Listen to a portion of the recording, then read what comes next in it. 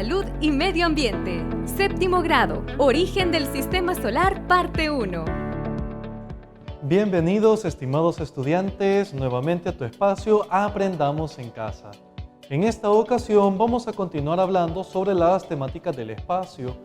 Como te has dado cuenta, en todas las semanas previas hemos estado mencionando diferentes aspectos sobre el sistema solar, sobre el planeta Tierra, y el día de ahora vamos a continuar con esa temática. Vamos a dividirlo en diferentes partes. Primero vamos a hablar sobre el origen del sistema solar. Luego vamos a hablar sobre cada uno de los planetas que conforman el sistema solar y nos vamos a quedar hasta esa parte el día de ahora. La próxima semana vamos a continuar hablando sobre otros elementos que conforman nuestro sistema solar. Así que sin tanto preámbulo, hablemos entonces sobre el origen del sistema solar. La formación y evolución del sistema solar inició hace 4.600 millones de años con el colapso gravitacional de una parte de una gigante nube molecular.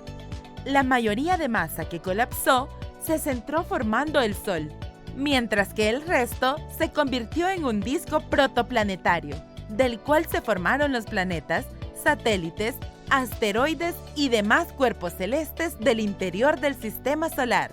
A este modelo se le conoce como hipótesis nebular y fue desarrollado en el siglo XVIII por Emmanuel Swedenborg, Immanuel Kant y Pierre-Simon Laplace.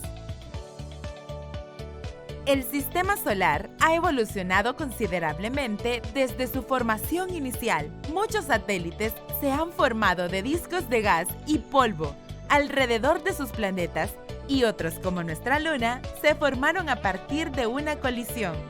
Dado el constante estudio del sistema solar, muchas disciplinas de la ciencia se han visto involucradas para desarrollar las ideas que conocemos en la actualidad, tales como la astronomía, física, geología, ciencias planetarias, entre otras. Tal y como te has dado cuenta, la historia del sistema solar está obviamente vinculada con la historia del Sol. Es decir, de ahí el porqué el nombre de sistema solar. Todo lo que vamos a estar hablando va a estar vinculado directamente con el nacimiento del Sol y cómo se fueron formando cada uno de los diferentes planetas, tal y como lo acabas de escuchar.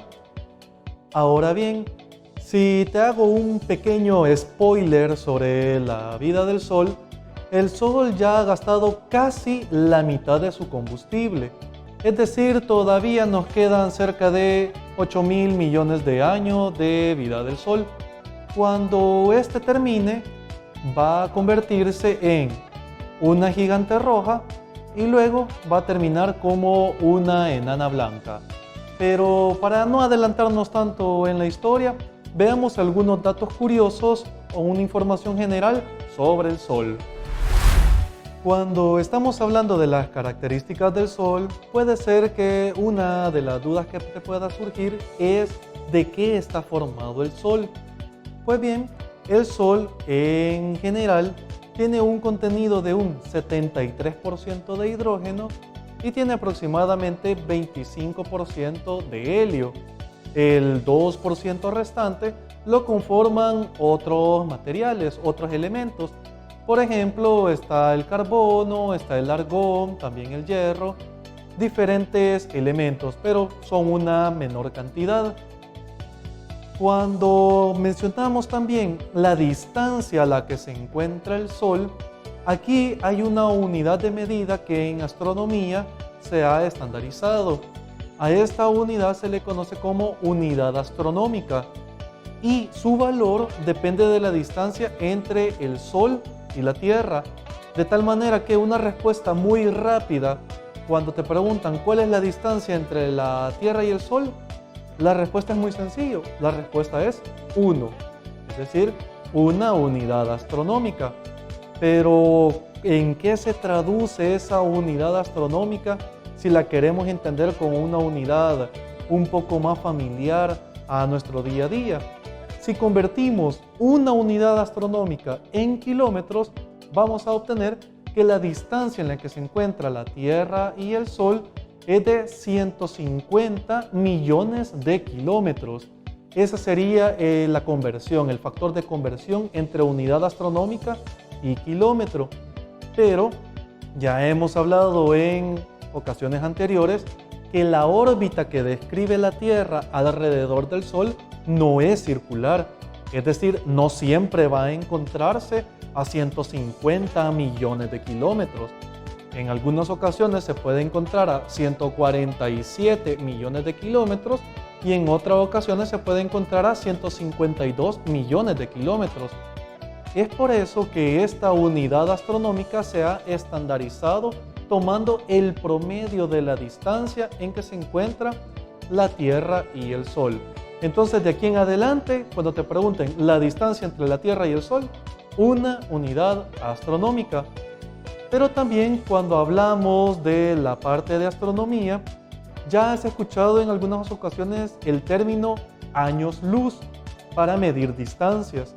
También los años luz son una unidad de medida para la distancia y puede ser que en un inicio parezca un poco extraño porque nos hemos acostumbrado a utilizar medidas de longitud para definir estas distancias y que ahora me den un valor en tiempo suena bastante extraño.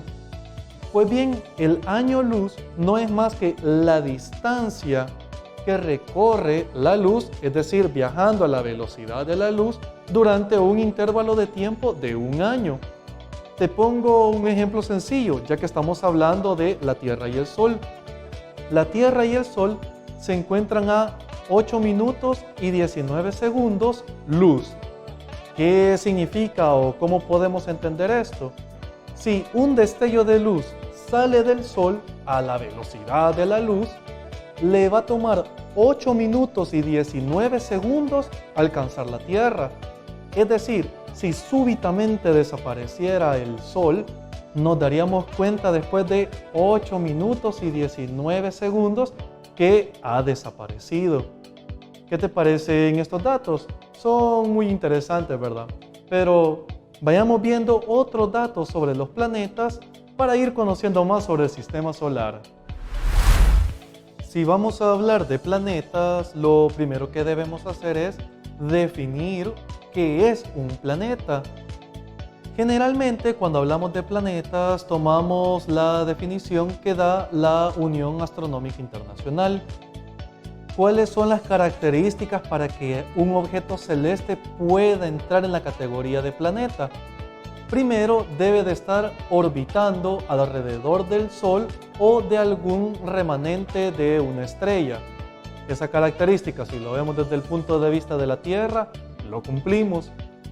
La otra característica que se debe de tener es que las fuerzas que tienen en la formación del planeta debe de ser una estructura que pueda superar las fuerzas hidráulicas. Quizás ahí esa definición suele ser un poco confusa, pero en pocas palabras a lo que se refiere es que debe de tener una forma esférica bien determinada, o por lo menos lo más cercano a una esfera. En nuestro caso, aunque la Tierra no es perfectamente esférico, pero sí tiene una forma en la que podemos definirlo también como un planeta. Tenemos dos de estas características. Y la tercera de las características es que en la zona en la cual orbita debe de tener limpio todo su vecindario. ¿A qué nos referimos con esto? En general es que cuando está orbitando alrededor de su estrella, en nuestro caso alrededor del Sol, no deben de existir diferentes cuerpos celestes como asteroides o diferentes tipos de objetos que estorben en esa trayectoria. Si nos centramos en nuestro sistema solar, existen 8 cuerpos celestes que cumplen con esas características. Por lo tanto, podemos decir que tenemos 8 planetas. ¿Cuáles son esos planetas? Tenemos a Mercurio, Venus, la Tierra, Marte, Júpiter, Saturno, Urano y Neptuno. Pero existen 5 cuerpos celestes que no cumplen con la tercera característica, es decir, que no tienen su vecindario limpio en la órbita que describen y por lo tanto entran en otra categoría. A esta categoría se les conocen como planetas enanos. ¿Y quiénes están ahí? En esta categoría tenemos a Plutón, tenemos a Ceres, Eris, Makemake y Haumea. De tal manera que en resumen tenemos 8 planetas y 5 planetas enanos. También tenemos 2 clasificaciones muy grandes. Cuando estamos hablando de los planetas, tenemos los planetas rocosos y los planetas gaseosos. Y aquí vamos mitad y mitad. Los primeros 4 son rocosos y los siguientes 4 son gaseosos. Pero para conocer un poco más sobre las características de cada uno de estos planetas, veamos la siguiente información. Mercurio es el planeta más cercano al Sol. Puede alcanzar los 350 grados Celsius durante el día y menos 170 grados Celsius durante la noche. Esta diferencia tan drástica de temperatura se debe a que no tiene una atmósfera, por lo cual no puede retener la energía que proviene del Sol. El segundo planeta es Venus. Cuando lo vemos desde la Tierra es uno de los más brillantes. Su temperatura promedio es de 463 grados Celsius, lo que lo convierte en el planeta más caliente del sistema solar, ya que, a diferencia de Mercurio, Venus tiene una atmósfera con muchos gases de efecto invernadero, por lo que logra almacenar mucha de la energía que proviene del Sol. La Tierra es el tercer planeta, nuestro hogar. De este planeta ya hemos hablado muchas cosas, así que continuemos con el próximo planeta. Marte es el cuarto planeta y el último de los planetas rocosos. Muchas veces se le llama el planeta rojo. Su coloración se debe a la alta cantidad de óxido de hierro en su superficie. Un dato interesante es que en Marte se encuentra el volcán más alto del sistema solar, el Monte Olimpo, el cual tiene una elevación de 22.5 kilómetros, es decir, cerca de 2 veces y medio la altura del Monte Everest, o cerca de 10 veces el volcán Ilamatepec. Júpiter es el quinto planeta del sistema solar, y como lo mencionamos anteriormente, es un planeta gaseoso. Es el planeta más grande desde un punto de vista volumétrico. Pueden caber 1.300 tierras dentro de Júpiter.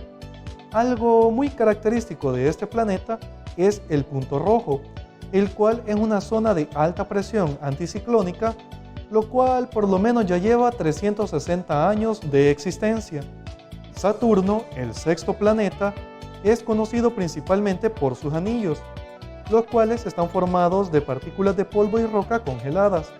Mucha de la información de Saturno la hemos obtenido a partir de la información enviada por la sonda espacial Cassini.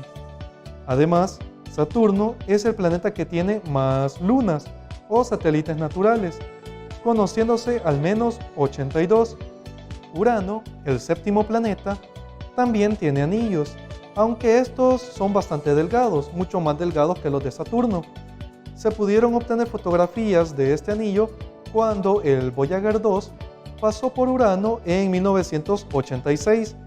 Una característica que es muy peculiar de este planeta es que rota de lado, es decir, sus polos se encuentran en la franja central del planeta. Y por último tenemos Neptuno. Su composición principalmente de hidrógeno, helio y gases como agua, amoníaco y metano. Este último ayuda a que adquiera una tonalidad azul cuando es observado. Es el planeta con los vientos más intensos del sistema solar, alcanzando hasta 2000 km por hora. Como referencia, esto sería el equivalente a 8 veces la velocidad que se alcanza con un huracán categoría 5. Con toda la información que acabamos de escuchar, creo que sería muy bueno ir ordenando todas las ideas para tener mayor claridad sobre el sistema solar. Entonces, estuvimos hablando que los planetas los podemos dividir en rocosos y gaseosos, de tal forma que si observas el modelo que tengo sobre la mesa, aquí tenemos los primeros 4 planetas de estructura rocosa y los siguientes 4 planetas que en general tienen una estructura gaseosa, aunque sus núcleos sí pueden tener un contenido sólido. También estuvimos hablando mucho sobre las dimensiones de estos planetas. El modelo que tengo acá se encuentra a escala, de tal manera que lo que podemos observar es la Tierra comparado con cada uno de ellos, sobre todo con Júpiter, puedes hacerte una idea muy clara de las dimensiones. Pero para ver qué tanto has aprendido en el transcurso de esta clase, vamos al segmento Ponte a Prueba. ¿Cuál es el planeta más cercano al Sol? ¿Mercurio, Venus, la Tierra o Marte? Correcto, Mercurio. ¿Cuál es el planeta con la temperatura más alta? ¿Mercurio, Venus, la Tierra o Marte? Excelente, Venus. ¿En cuál planeta se encuentra el volcán más alto del sistema solar? ¿En Júpiter, Saturno, Marte o la Tierra? Exacto, en Marte. ¿Cuáles son los principales elementos que conforman el Sol? Hidrógeno y helio, hidrógeno y carbono, metano y agua, óxido de hierro y metano. Excelente, hidrógeno y helio. Lastimosamente hemos llegado al final de tu espacio. Recuerda siempre mantener las medidas sanitarias de cubrirte tu boca al toser o estornudar, hacer uso correcto de la mascarilla y lavar constantemente tus manos con agua y jabón. Nos vemos la próxima semana aquí en tu espacio Aprendamos en Casa. Hasta la próxima.